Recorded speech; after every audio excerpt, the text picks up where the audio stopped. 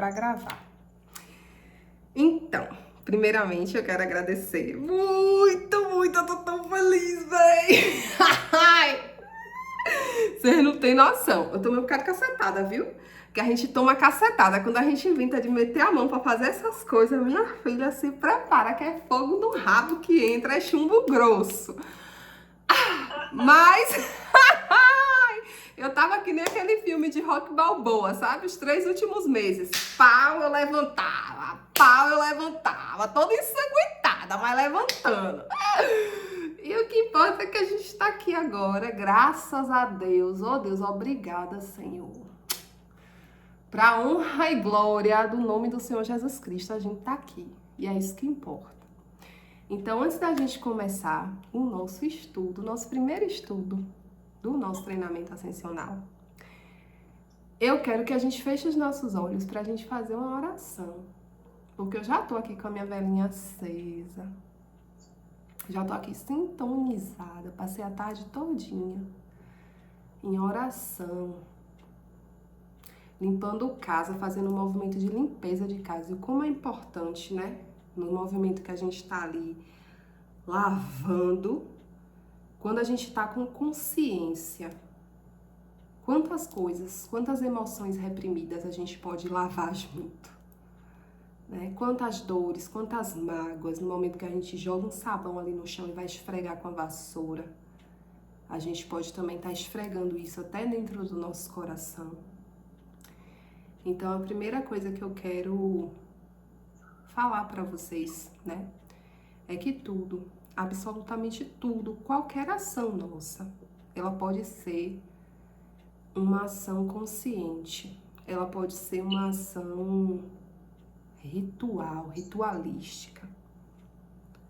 Então, uma das coisas que esse treinamento ascensional, ele vai trazer pra gente, quando eu digo pra gente, é que eu vou ser um canal, uma ponte, mas vai passar por mim. Eu vou ter que ancorar aqui primeiro, para depois passar para vocês e vocês também ancorarem em vocês, e depois vocês vão perceber que vocês vão estar transbordando isso naturalmente e passando isso até sem querer e sem perceber para as demais pessoas que convivem com vocês. Então, é justamente a gente estar observando esse dia a dia nosso, que é tão corrido, que é tão atribulado, que é tão, sabe? As horas passam voando. Quando a gente vê, meu Deus, o que foi que eu fiz? Eu fiz tanta coisa, eu tive um dia tão produtivo, mas às vezes eu fico com a sensação de que eu não fiz nada. Então é a gente saber ritualizar mesmo cada coisinha que a gente faz, ter esse olhar de colocar consciência naquilo que está sendo feito e ritualizar desde as coisas mais aparentemente banais, para que a gente possa transformar o nosso dia e ressignificar todas as coisas para que durante o nosso dia a gente não tenha mais absolutamente nada de banal. Porque cada ação, cada ato, cada gesto, cada passo que a gente der, que possa ser agora sacralizado. Então eu quero agradecer primeiramente a Deus, Deus Pai, Mãe, Vida, onisciente, onipresente, onipotente, o Todo-Poderoso, o Criador de todas as coisas, o Eterno. Ai, Criador, como eu te amo. Como eu te amo e como é difícil te amar. Como é difícil, Criador. Mesmo diante de tantos desafios, mesmo diante de tantas cacetadas, ainda assim, Criador, Tu não permite que esse amor que jorra aqui do meu peito, ele morra. Mas pelo contrário, Tu nutre esse amor diariamente. Então eu quero te agradecer o dom da minha vida, quero te agradecer o dom da vida de cada uma das meninas que estão aqui comigo, daquelas que não puderam estar hoje e daquelas que ainda estarão, daqueles que ainda estarão. Tudo no tempo divino, porque como você disse, né, para tudo nessa terra, para cada coisa aqui existe um tempo divino. Então, Criador, me ensina a respeitar o tempo divino de todas as coisas. E ensina também as minhas irmãs a respeitar o tempo divino de cada coisa, para que a gente possa acolher, abraçar, valorizar e se alegrar por tudo que chega na nossa vida, por tudo que chega como bálsamo, como bênção, como dádiva, como motivo de celebração, mas também pelas coisas que chegam como motivo de tristeza, de dor, às vezes causa de sofrimento, Deus. Nos ensina, Deus, cada dia mais, nos mostra, nos faz enxergar que nós agora já estamos numa era de regeneração e que nós agora já podemos nos portar como agentes regeneradores dessa nova terra, Pai. Que a gente possa integrar a verdade, que o tempo da expiação já passou. O tempo da provação já passou. O tempo da luta já passou. Agora é tempo de regenerar. Agora é tempo de ser vitorioso em Cristo.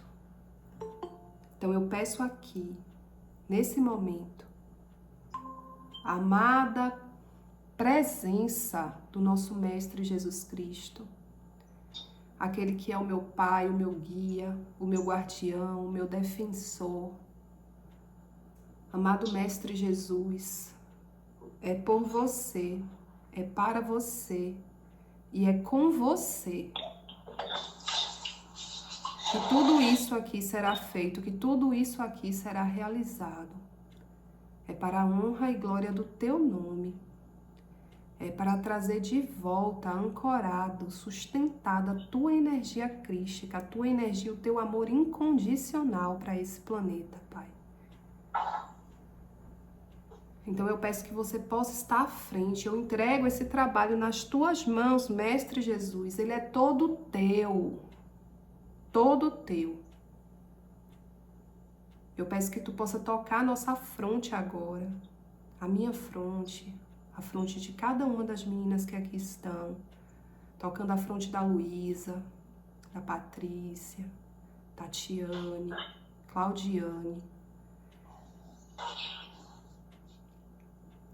Que tu possa tocar a fronte, Pai, de todas aquelas pessoas que um dia aqui estarão. Porque muitos são chamados, mas poucos os escolhidos. E a estes poucos, Pai, que é você mesmo quem vai escolher, não sou eu quem vou escolher. Esses que você já escolheu, que já estão aqui. É na fronte deles que eu quero que você toque agora. E que você deposite e derrame todo o seu amor, toda a sua bênção, toda a sua proteção. Senhor, nos lava com o teu sangue precioso. Nos cobre, Senhor, com toda a proteção. Nos torna invisíveis ao mal, à maldade, à malícia.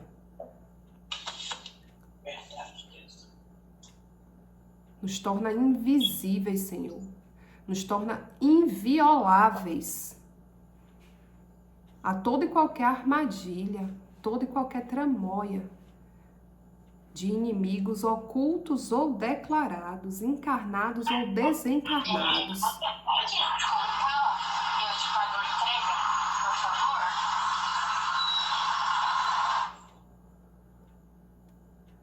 Nos torna invisíveis, Senhor, invioláveis. Restitui a nossa paz, restitui a nossa dignidade, Jesus. Restitui a alegria do nosso coração. Porque até aqui, eu sei que cada um carrega suas dores e suas tristezas. Mas como você também, Pai, quando pisou nessa terra, carregou as suas dores e as suas tristezas.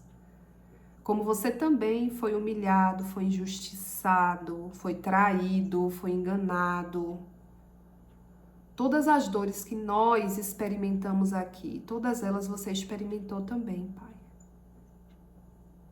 Mas você venceu e superou cada uma delas. E é por isso que eu nos coloco nas tuas mãos hoje, para que você, que bem sabe, possa nos ensinar a partir de hoje como vencer e superar cada uma das nossas dores, transformando elas em vitória, transformando elas em amor, em uma fonte inesgotável de amor incondicional para todos os reinos e para todos os seres deste planeta que nos acolhe e nos abraça, chamado Terra. Que assim seja e assim é. Eu peço que todas vocês, rezem comigo a oração do Pai Nosso, da Ave Maria e do Santo Anjo, se possível em voz alta.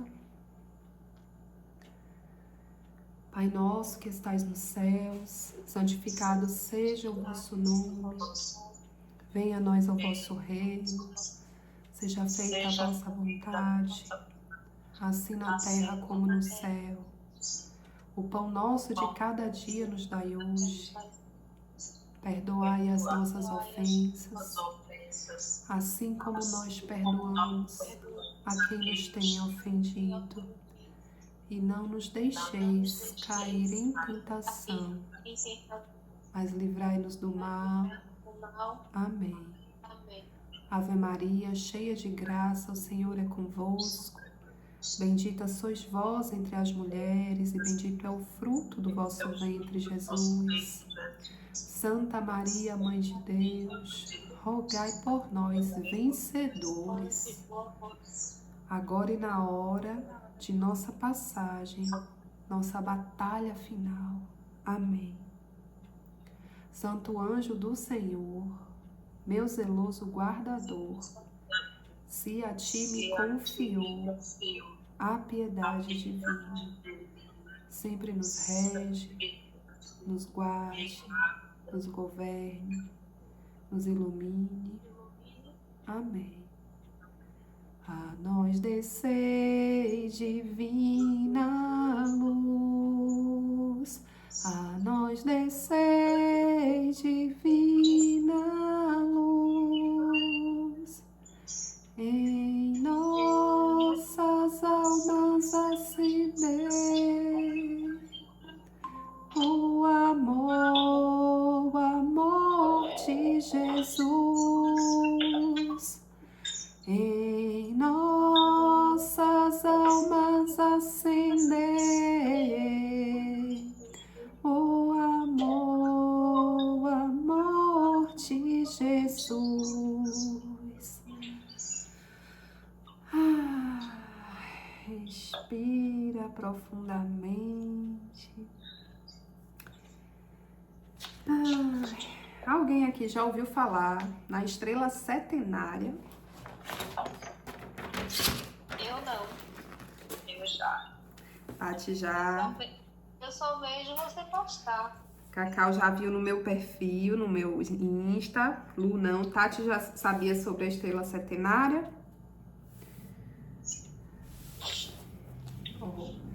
Vou mostrar aqui para vocês. Esse foi um dos primeiros estudos que eu fiz quando eu comecei a estudar apometria. Na realidade, a gente fala e ouve falar em estrela setenária, eu, no meu caso, muito na Igreja Católica, porque se fala dos 7 pecados capitais, né? Que não são pecados, são defeitos. Porque na igreja tem toda aquela constituição de atrelar o pecado, a pessoa ir pro inferno, aquela confusão toda, né? E aqui a gente vem desmistificar um pouco disso. Por quê? Porque a estrela setenária, ela é um estudo que ela é realizado dentro do hermetismo, dentro do ocultismo, dentro da cabala, né? Então é um estudo muito antigo, que a igreja, né, o cristianismo pegou, trouxe, da forma dela passa, viável porque muita gente, querendo ou não, mesmo sendo uma coisa superficial e um pouco distorcida, mas muita gente consegue enxergar e saber, poxa, isso é bom, isso não é bom, né? Isso é um caminho de aprimoramento, isso não é um caminho de aprimoramento para minha alma. Então, eu vou só desativar o som aqui de vocês. Duas. Peraí, porque aí não fica dando ruído. Senão eu me atrapalho um pouquinho com os ruídos. E aí, assim, são 7 os defeitos capitais, né? Que a gente esquece essa palavra pecado. Essa palavra pecado, ela é uma palavra muito pesada, que ela traz pra gente, principalmente pra gente que teve criação cristã. Ela traz pra gente, ela leva a gente, né, pra lugares de crenças sabotadoras, crenças limitadoras. Tanto relacionada à nossa árvore genealógica, são chamadas as crenças ancestrais, né? Crenças históricas. Porque nas nossas raízes, independente aqui da família, sempre teve, né, aquele cristão bem fervoroso que deixou seu legado no nosso DNA, né? Então a gente tem esses registros a nível celular, DNA. A gente tem esses registros a nível primário. E essa palavra pecado, ela é como se fosse um botão, um gatilho, pá, que quando a gente aperta, já remexe crenças aqui.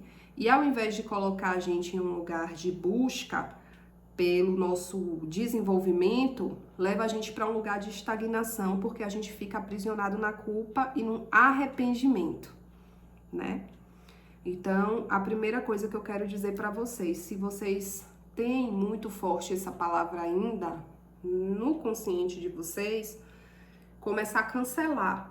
Toda vez que vocês, não sei o que, pensar ou sentir pecado, sujeira, pecaminoso, cancela, cancela, cancela. Chama a Violeta pra dentro lascando, chama a Violeta pra dentro, vai transmutando isso. Então a gente não coloca como pecado, a gente coloca como defeito, tá? Então é algo a ser melhorado, é algo a ser educado. Porque o ser humano, ele não muda. O ser humano, ele se educa, ele melhora, se aperfeiçoa. E o estudo da estrela setenária, ele é um estudo que ele é fundamental para todo mundo que quer desenvolver-se dentro de campos magísticos, sabe? Não sei se vocês já leram Paulo Coelho. Quando eu era menina, eu adorava ler Paulo Coelho. Um dos primeiros livros que eu li, O Alquimista. Eu me identifiquei tanto. Quem não leu, vá ler, viu? Que é muito bom, vale a pena.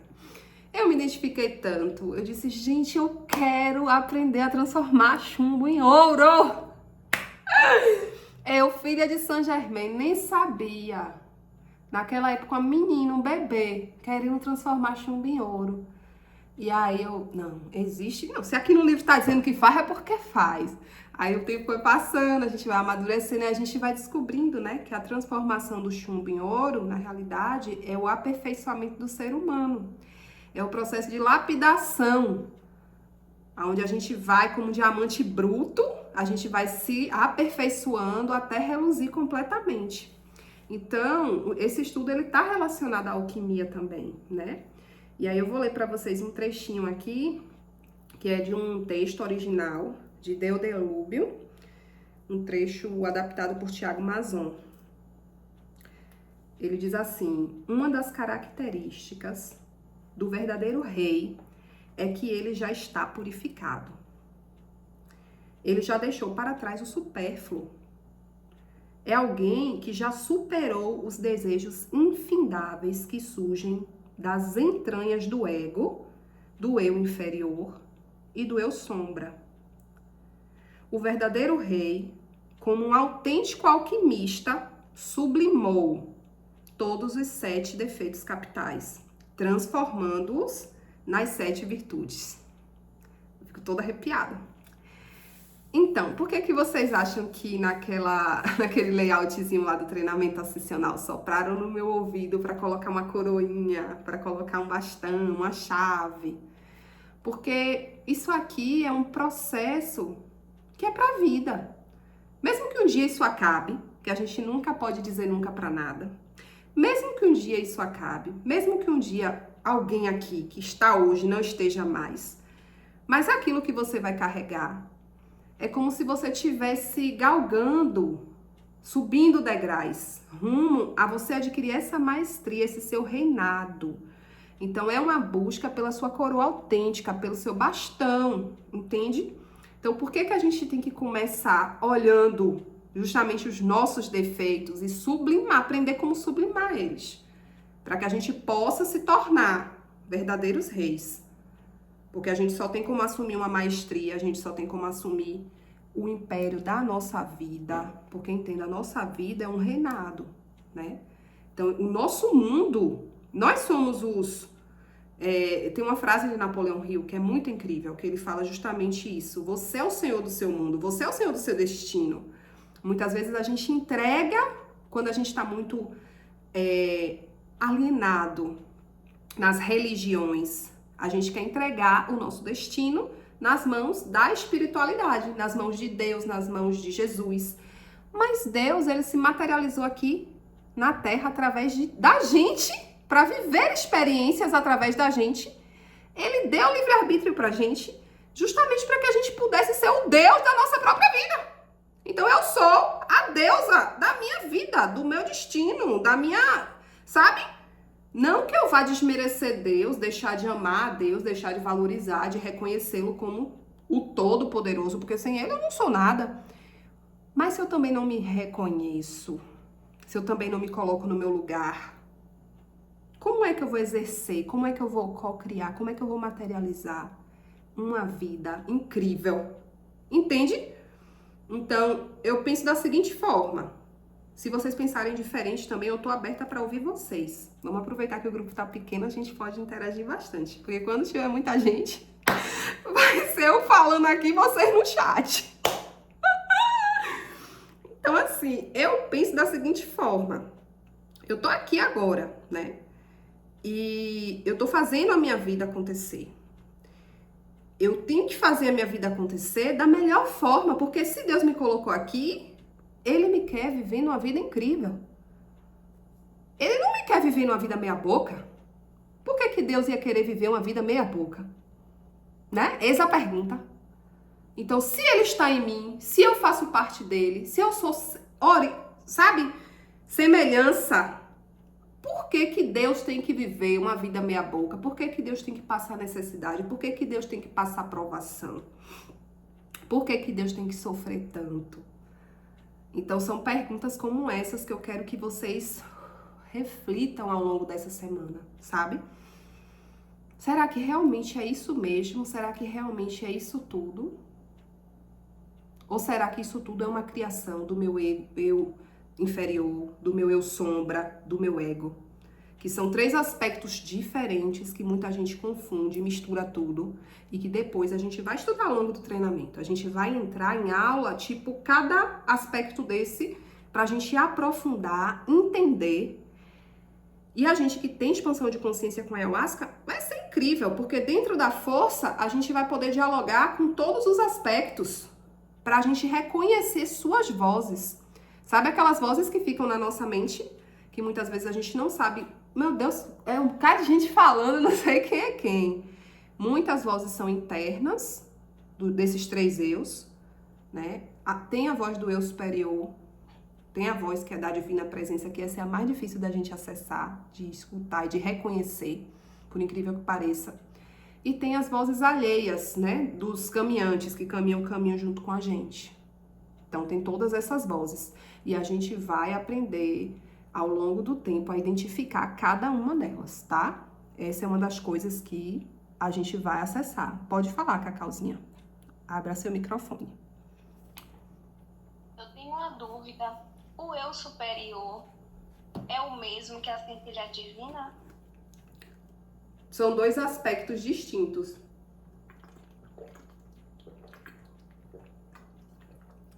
Porque um faz parte do corpo búdico, o outro faz parte do corpo átmico. Porém, eles se complementam.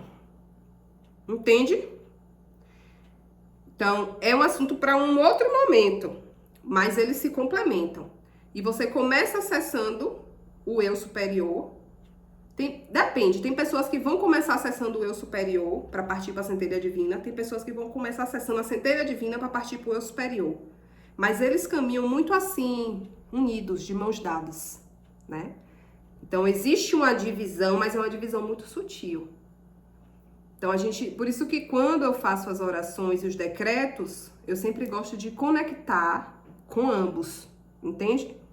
Para que a gente possa sentir essa força e essa expansão maior. Mas são dois aspectos diferentes, tá bom? Então, vamos lá. Falei para vocês sobre o reinado. Agora a gente vai falar aqui.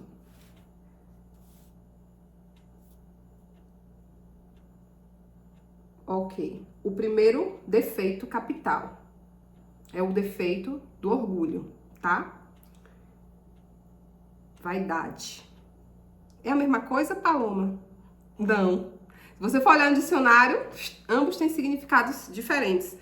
Mas é tipo essa pergunta que você fez aí, que é até difícil de responder, porque são duas coisas distintas, mas que andam tão entrelaçadas, como se fosse um efeito de simbiose, que parece que é a mesma coisa, entende? Então, orgulho, vaidade.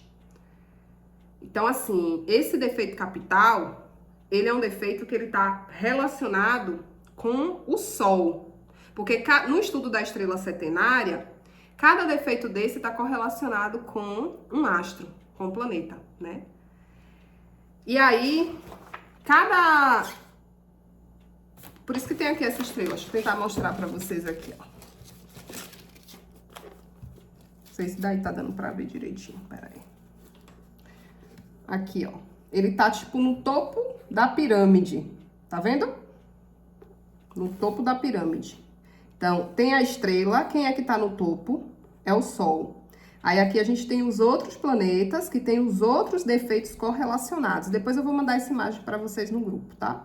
Mas vocês encontram fácil também no Google. Aí aqui no topo da pirâmide tem o defeito, que é o orgulho, e já traz a virtude, que é a magnanimidade. Magnanimidade. Gente, essa palavra é muito difícil de falar, minha língua sempre embola. E aí eu quero que a gente entenda o que é o defeito, entenda o que é a virtude, e a gente vai para uma prática pequena, meditativa, para que a gente possa mergulhar dentro da gente mesmo e buscar trazer lá de dentro em que nível a gente carrega, porque todo ser humano carrega, gente. Então aqui todo mundo tem, todo mundo aqui é orgulhoso, todo mundo aqui é vaidoso, em algum nível. Mas a prática meditativa, ela vai vir justamente para que a gente possa olhar e encarar isso de frente e perceber o quanto que isso tem nos atrapalhado, o quanto que isso tem nos estagnado, ou muitas vezes servido de pedra no nosso sapato, sabe? Pedra de tropeço, para a gente não conseguir alcançar determinadas coisas. Então, o processo de meditação é para a gente olhar para isso, reconhecer isso, para que depois, lá na frente, toda vez que se apresentar uma situação onde a gente se depare e olhe e veja ali, pô, velho, eu tô sendo orgulhoso, orgulhosa, eu tô sendo vaidosa demais aqui. Isso aqui é um... Não. Como é que eu vou lidar com isso para equilibrar, sabe? Como é que eu vou lidar com... Como é que eu vou aperfeiçoar isso aqui? Então, como é que eu vou trabalhar trazendo a virtude? Porque é a coisa da transmutação. A transmutação nada mais é do que a gente sublimar. A gente pegar, tirar de uma polaridade que está negativa e trazer para uma polaridade positiva, né? Então, vamos lá. Em sua síntese, o orgulho é um sentimento de satisfação pessoal pela capacidade ou realização de uma tarefa. Sua origem remonta do latim supérbia, que também significa supérfluo. Ou seja, a gente já consegue ligar, fazer um fio de conexão aí, que orgulho tá ligado ao supérfluo, né? Então, já é um ponto que a gente pode estar notando. Algumas pessoas consideram que o orgulho para com os próprios feitos é um ato de justiça para consigo mesmo, que ele deveria existir como forma de elogiar a si próprio, dando forças para evoluir e conseguir uma evolução individual rumo a um projeto de vida mais amplo e melhor. O orgulho em excesso pode se transformar em vaidade. ostentação, soberba, apenas sendo visto, então, como algo negativo. Então, assim, a gente observa que existe, né, como tudo na vida, gente. É como se fosse uma régua. Aqui tá a régua. A energia, ela é assim, né? Então, existe o orgulho ali. Existe a possibilidade de você pegar esse orgulho e aí você já vai estar, de alguma forma, sublimando ele, né? Existe aquele orgulho terrível que é a ostentação, a soberba, que tá lá no zero da régua, né? Não, no nível máximo. E tem como você ir descendo, descendo, descendo, sublimando ele, trazendo ele para lugares de trabalhar como um ato de justiça para com você mesmo. Que isso aí a gente faz muito quando a gente está em processo de autorreconhecimento. Então, por exemplo, pessoas que têm dificuldade, né, com autoestima, muitas vezes. Pessoas que têm dificuldade em se autoafirmar, pessoas que passaram por muitos processos de injustiça e humilhação durante a vida. Muitas vezes elas precisam trabalhar com a questão do orgulho. Elas precisam realmente fazer subir um pouco esse orgulho para que elas consigam olhar para si mesmas no espelho e se reconhecer. Porque senão elas ficam naquele aspecto de humildade que na realidade não é uma humildade, que a gente vai falar aqui depois, que é um outro, né? Tá relacionado a outro defeito capital. Mas elas ficam naquele lugar de humildade distorcida, aonde elas se sentem sempre um lixo, nunca se reconhecendo, né? Então é importante a gente saber equilibrar essa balança e perceber dentro dessa régua, dentro desse termômetro, onde é que esse termostato tá batendo para cada um de nós, tá? Outras pessoas classificam o orgulho como exagerado quando se torna um tipo de satisfação incondicional ou quando os próprios valores são superestimados, acreditando ser melhor ou mais importante do que os outros. Ou seja, aí já entra, né, as questões de complexos, que era o que eu estava falando também. Então, tem pessoas que têm o complexo de inferioridade.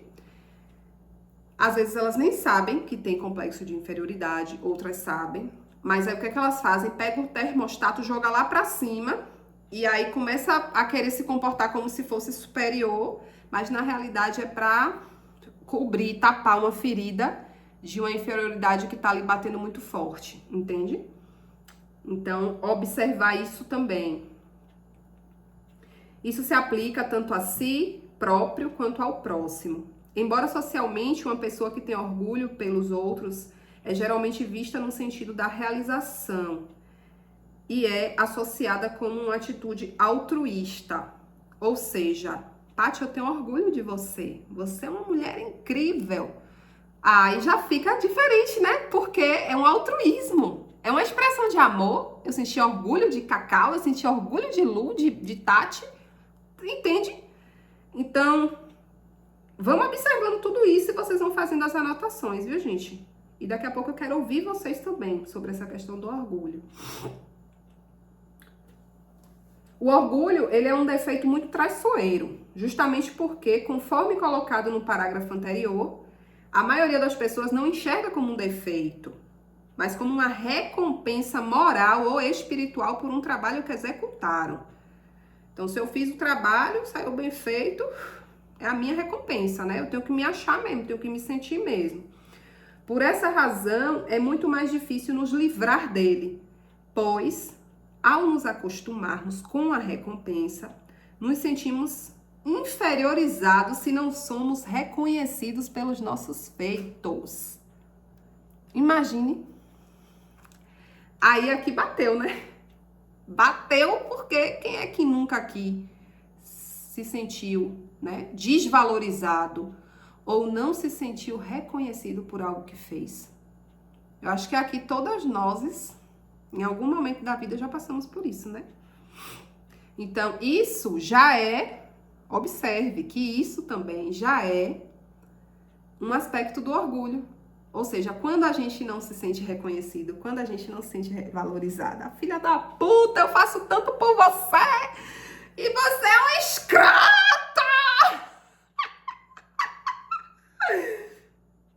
É o nosso orgulho, amor, batendo forte ali. Ai, como eu sou orgulhosa. Ai. Tem que vomitar muito isso aqui na ayahuasca. Um dia a ayahuasca me botou, viu? Conta esse segredo aqui pra vocês. Fui beber lá na União do Vegetal, fia. Ô, pé lascada, entrei numa borracheira, vomitando e me cagando. E a ayahuasca, vomite seu orgulho, vomite sua vaidade. Eu, desgrama. Olha, meu filho, o que a ayahuasca não fizer, nada mais faz, viu? Eu vou dizer a vocês. Mas é isso mesmo, tô aqui pra isso, não tô não? E vocês também pra limpar, tá tudo certo. Tomara que na próxima cerimônia não tenha um bocado de gente aí vomitando orgulho e vaidade, viu? Todo mundo com os coros queimando. Olha só, acho que o orgulho é o último e mais complexo dos defeitos a serem finalmente destruídos. E olha, a gente começou com ele, né? Não sei porquê, a gente tá começando pelo que deveria ser o último, mas Jesus disse que, né, enfim, os últimos serão os primeiros serão... Eu fiquei nervosa agora, pai. Deve ser justamente porque é o mais difícil que a gente tem que começar logo, entendeu? Porque a gente vai passar, ó, a vida toda nessa pendenga. Olha, gente, ao contrário da preguiça ou da raiva, né? Que são mais simples de serem trabalhadas, o orgulho está enraizado em nosso pensamento de uma maneira intrínseca. É muito fácil cair na tentação de, ao final do caminho, batermos com as mãos no peito, como o fariseu da parábola de Lucas, ou nos sentirmos injustiçados caso ninguém reconheça a nossa evolução. Então, né? Ninguém tá reconhecendo. Ah, meu pai. É duro. Aprender a trabalhar a via interior como algo íntimo para nós mesmos e não para mostrarmos aos outros. Uau. Anota aí, viu? Que essa doeu aqui, bateu forte. Aprender a trabalhar a via interior como algo íntimo para nós mesmos. Apenas para nós. Sem a menor expectativa de que outras pessoas vejam esse trabalho interior que a gente está fazendo. Esse é certamente o primeiro passo para o desenvolvimento espiritual. Ai. A virtude cardeal do Sol, gente, é a magnanimidade. Que nada mais é... Vocês precisam de tempo para terminar de anotar ou já terminaram? Se eu estiver falando muito rápido, deixa aí no chat, viu? Que eu vou me ajustando ao tempo de vocês. A virtude cardeal do Sol é a magnanimidade, que é a capacidade de brilhar e iluminar os outros ao seu redor. Olha que coisa linda! Ai, meu Deus! Quem é que não quer magnanimidade na vida? Né? Quem é que não reconhece alguém magnânime quando enxerga alguém magnânime? Então, a capacidade de brilhar e iluminar os outros a seu redor.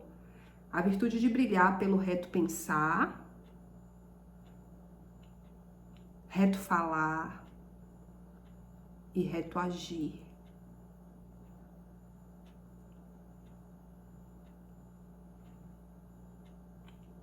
Assim como o orgulho é o pior de todos os vícios, a magnanimidade é a maior de todas as virtudes. Ah! Minha filha, eu tô toda arrepiada. Valei-me Nossa Senhora da Conceição. Ha! Eu entendi, gente, porque tinha que começar por ele. Era isso mesmo. Viu? Por causa que é isso. Nossa coroa brilha, é luz, é ouro. Entendeu? Tinha que ser ele mesmo. Vocês entenderam, né? Que vocês são espertinhas.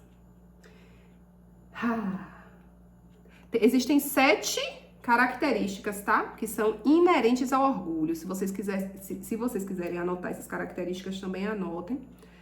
E depois, entenda, a gente tá começando esse estudo, mas é algo que vocês podem desenrolar da forma de vocês, do jeito de vocês. Se no decorrer da semana tiverem um tempinho, quiserem pesquisar um pouco mais, não foque na estrela setenária como um todo, foque só neste defeito e nesta virtude.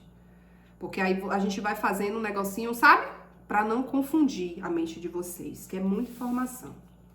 Então, as 7 características inerentes ao orgulho, tá? Jactância, que é o nome, né? Até complicado aí. Jactância, com J. Que é a ostentação, a vanglória, que nada mais é o que? Elevar-se acima do que o que você realmente é, né? Mostrar aquilo que você não é. Pertinácia, que é só uma palavra bonita para o termo cabeça dura. Teimosia, gente, teimosia. Para aquela pessoa que é igual o burro no... Então, pertinácia, tá? Isso aí tá relacionado às pessoas que acham sempre que tá certo, né? Então, eu sou dono da razão, eu sou dono da verdade.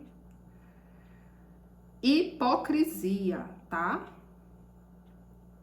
É o ato de pregar uma coisa para ficar bem entre os semelhantes e secretamente fazer o oposto do que se prega. Muito comum nas igrejas, né? Infelizmente. Ai, socorro, Deus. Então, falamos de jactância, pertinácia, hipocrisia. Vamos pro quarto. Desobediência. Então, por orgulho, a pessoa se recusa a trabalhar em equipe quando não tem suas vontades reafirmadas, por exemplo. A desobediência, gente, ela tem correlação com a preguiça, tá?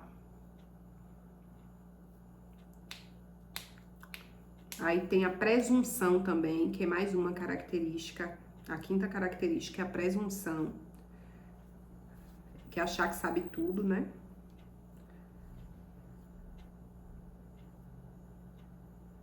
A presunção, ela tem correlação com a gula.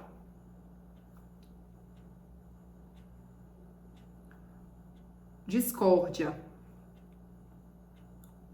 é a sexta característica inerente ao orgulho e à vaidade, é a discórdia.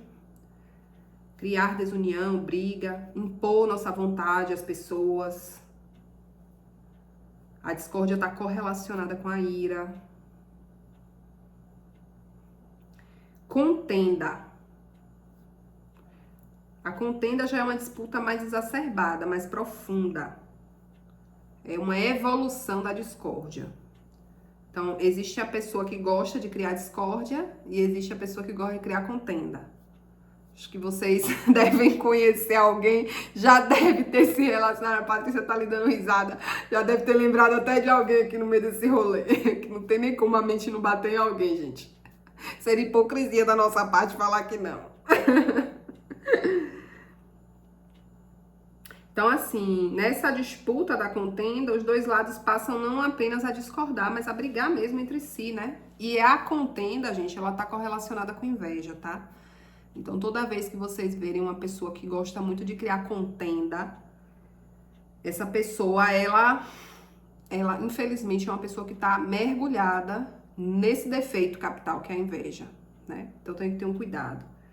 A pessoa que cria discórdia, ela tá mais mergulhada na ira. Então, às vezes, não é nem coisa com os outros, é coisa com ela mesma. Então, ela tá tão irada com ela mesma, que às vezes ela tá tão em discórdia consigo mesma, que tá criando discórdia com os irmãos. Mas a pessoa que cria contenda, não. É aquela pessoa mesmo que ela... Enfim. Agora, eu quero abrir um pouquinho pra ouvir vocês. Quem quer falar alguma coisa, lógico, não é obrigado todo mundo falar.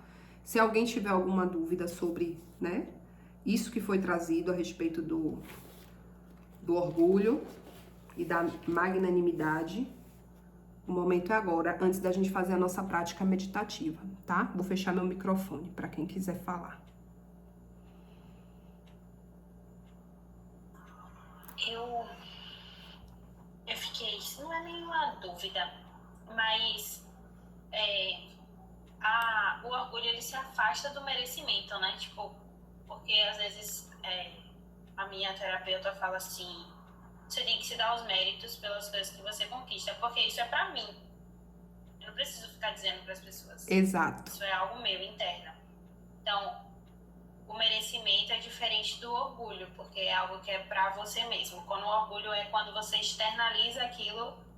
Ah, eu consegui... Por exemplo, se eu falasse assim, minha terapeuta me deu mérito, me deu selinho de... Pô, você tá evoluindo na terapia. Aí se eu passo a falar isso para outra pessoa, isso seria orgulho?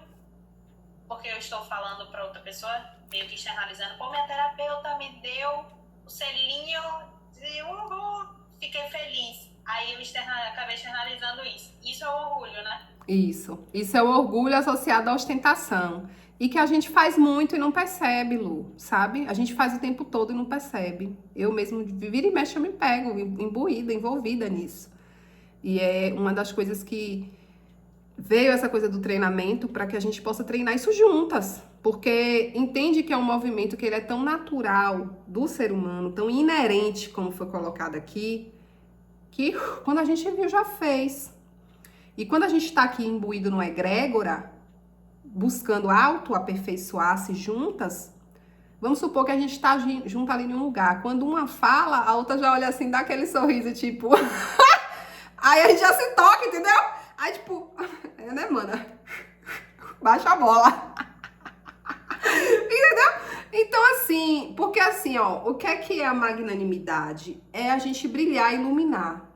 Mas para isso, não necessariamente a gente tem que estar falando, contando a vantagem, contando os feitos. Porque uma das primeiras coisas, né, que foi trazida aqui nessa leitura foi justamente o quê? A gente guardar, eu não vou achar não, nem vou procurar, mas eu me lembro o que foi. A gente guardar para si o nosso processo evolutivo. Então, eu estou evoluindo, mas eu preciso aprender a guardar isso para mim. Porque se eu não guardo, não é só o fato de eu estar imbuída com um defeito capital, o orgulho e a ostentação, não. Eu passo a ser também vulnerável. Vulnerável ao quê? A ataques das trevas. Entende? Porque a luz, ela já incomoda. A pessoa magnânime, ela incomoda, meu amor. Nasce o magnânime, saiu do ventre da mãe, já tá incomodando. O médico já pega com ranço. Você tá entendendo? Porque a luz, ela incomoda. Então, a luz, quando chega, a depender da luz, quando chega em um ambiente de treva, ela deixa todo mundo encegueirado. Ó, a gente fica no escuro muito tempo. Quando acende a luz, o que é que a gente sente? Dor no olho.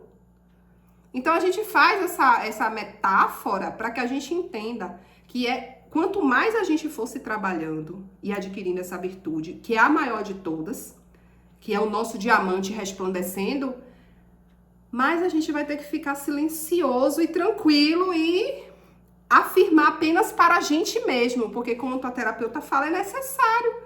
Porque o ego tá aí falando merda no teu ouvido. Teu eu sombra tá aí o tempo todo querendo te boicotar. Então, se tu não exercita esse lugar de se olhar no espelho de manhã e dizer, cara, que mulher incrível, você é fantástica, nossa, quanta coisa boa você tá conquistando, parabéns e pá. Sabe? Mas é você com você mesma. Lá fora, meu amor, é cara de paisagem. É assim que funciona, entendeu? Se fazendo de doido o tempo todo. Pode falar, Paty. Na realidade, eu acho que quando a gente tem, assim, por exemplo, a gente tem um trabalho que a gente vai fazendo, que a gente vai percebendo que a gente está chegando naquele lugar, a gente tem que vibrar com essa conquista. Mas isso é uma coisa muito natural. Naturalmente, você não precisa da validação das outras pessoas. Isso é tão natural que tudo fica muito claro e muito leve. Mas aí, quando a gente tem aquela... E a gente disfarça nosso orgulho, tipo... eu fiz um trabalho, Outro dia eu me peguei exatamente assim. Eu falei, porra, Patrícia, o que é isso? Tipo, eu fiz lá um relatório pro meu trabalho, mas eu me dediquei naquele relatório e eu tenho certeza que o relatório estava bom. Ponto!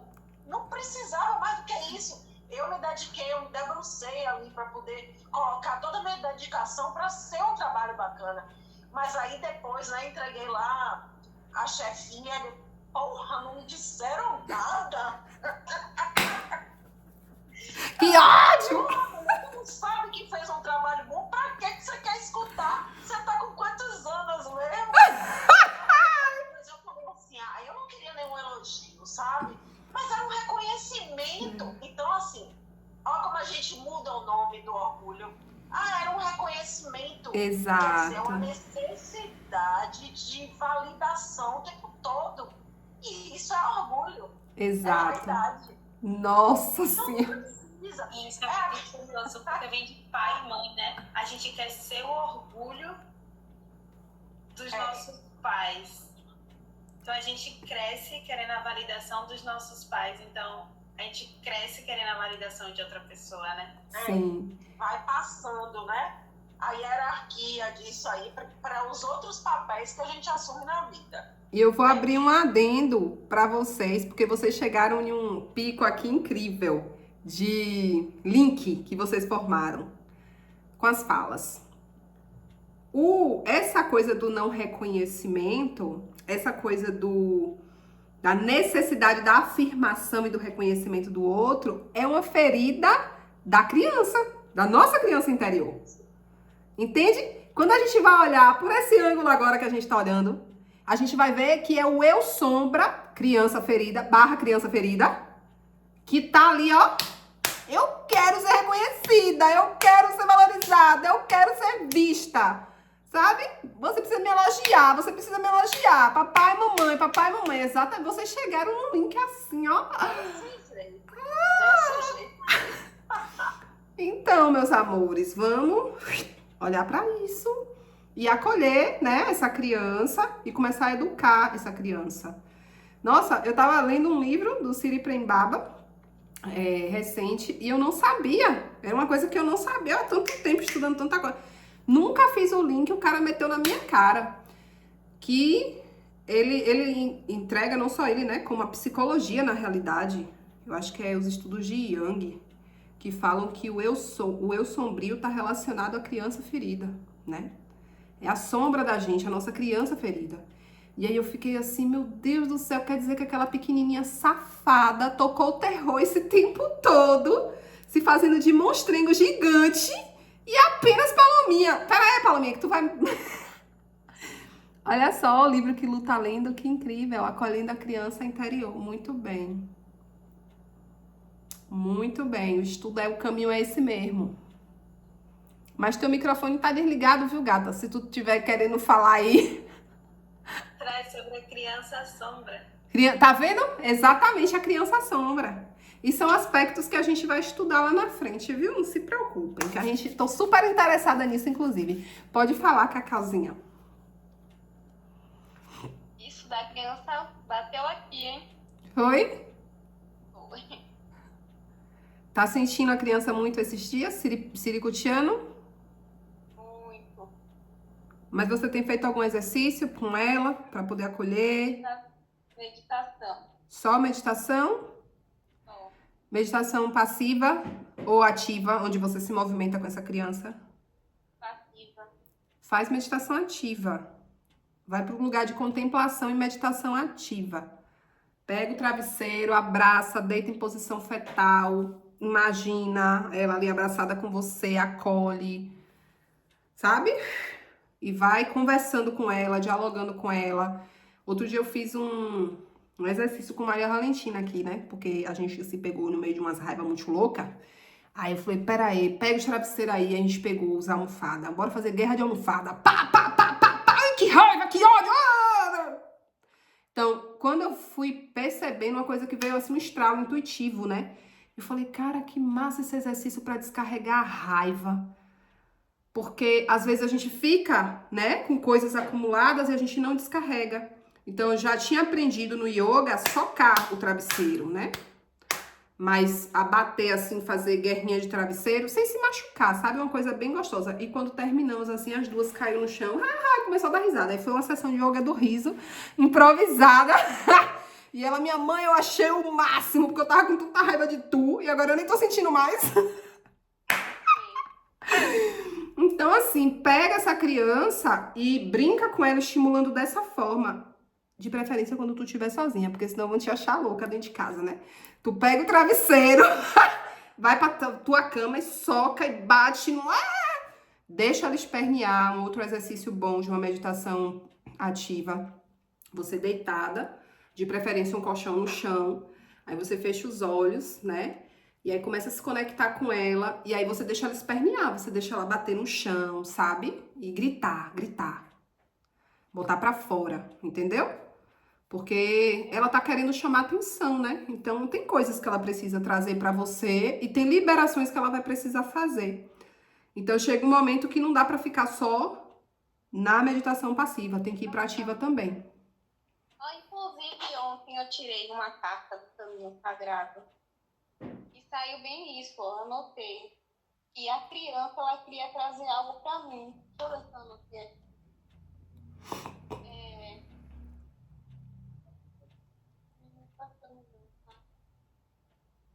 Ela tinha algo importante pra mim me mostrar, sabe? Sim. Eu não achei aqui agora. Algo que eu não tô prestando atenção. Mas chama pra conversinha, 2, 3 vezes por semana, que ela sossega o facho. E dá um docinho a ela de vez em quando que ela se acalma. Eu faço assim com Palominha, faço um brigadeiro, falo, bora Palominha, se acabar no brigadeiro agora. Ai, agora meninas, eu quero que vocês... Todo mundo já fez suas anotações, né? A gente vai ficar combinada, né, de estar sempre observando como exercício de casa, tá? Para todas nós, inclusive para mim. Observando esses aspectos do orgulho, né? Essas características que foram 7 citadas, mas a gente sabe aqui que no dia a dia, como é que isso se aplica? Então a gente está em estado de autoobservação, se policiando diariamente. Não para ir para o lugar da culpa, pelo amor de Deus, tá? Mas para ir para um lugar de, ó, tô te vendo, sabe? É incrível quando a gente enxerga a nossa sombra. Tô te vendo, ó você aqui. Então, como é que eu vou fazer para poder integrar, abraçar, acolher? O que eu sempre falo. Sombra precisa ser abraçada, acolhida. Se tu é luz, se tu tá se transformando em luz, quanto mais tu se transforma em luz, mais tu vai ter que acolher e abraçar tuas sombras. Porque o processo da alquimia ocorre justamente no fundir a sombra com a luz, né? Então, se tá tudo escuro, você aperta o dedo aqui e acende, o que acontece na realidade é que a luz, ela abraça a sombra. Ela se funde a sombra. Mas se tu foge da tua sombra, se tu corre léguas dela, se tu finge que não tá vendo, se tu não quer olhar de frente, se tu não quer encarar, fica difícil, né? Porque quem não vê, não consegue reconhecer. E quem não reconhece, não consegue abraçar e integrar. Tudo é parte de um processo. Primeiro eu vejo, reconheço, depois eu vou lá, aceito, né? Aceito que sim, eu tenho isso. Eu tenho isso, eu aceito. Depois eu vou lá e abraço e acolho e transmuto, sublimo, né? Ai, quem quiser ir no banheiro fazer um xixizinho rápido, dá tempo. Quem quiser beber uma aguinha rápida, dá tempo. Pra gente começar o nosso processo de meditação. Quero vocês numa posição confortável. Quem quiser deitar, pode deitar. Quem quiser ficar sentadinho, aí vocês que mandam, viu? Quem quiser apagar a luz, pode apagar. Nesse momento eu não quero ninguém segurando o celular. Porque eu preciso de vocês realmente com o corpo mais relaxado possível.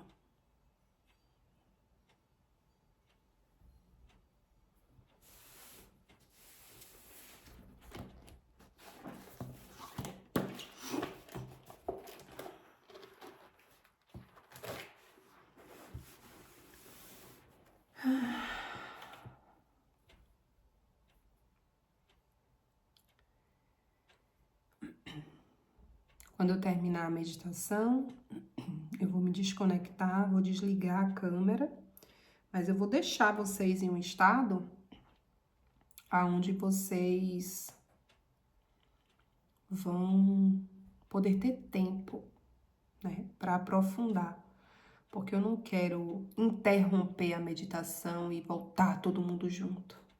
Eu quero que cada uma se conecte e volte no seu tempo. Quem precisar ficar e até amanhã de manhã, vai ficar até amanhã de manhã, olhando suas sombras. Então, eu vou guiar vocês para o lugar e ali vocês vão estar com, né, esse olhar atento.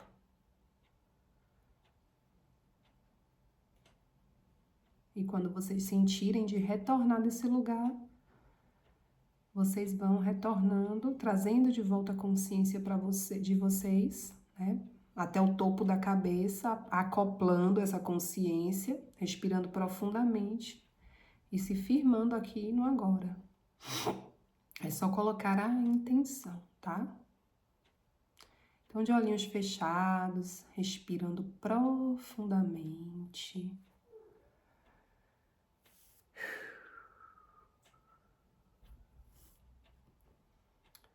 Faz uma sequência de 7 respirações bem profundas agora, tomando o máximo de ar que você consegue pelo nariz, inspirando, soltando esse ar lentamente pela boca.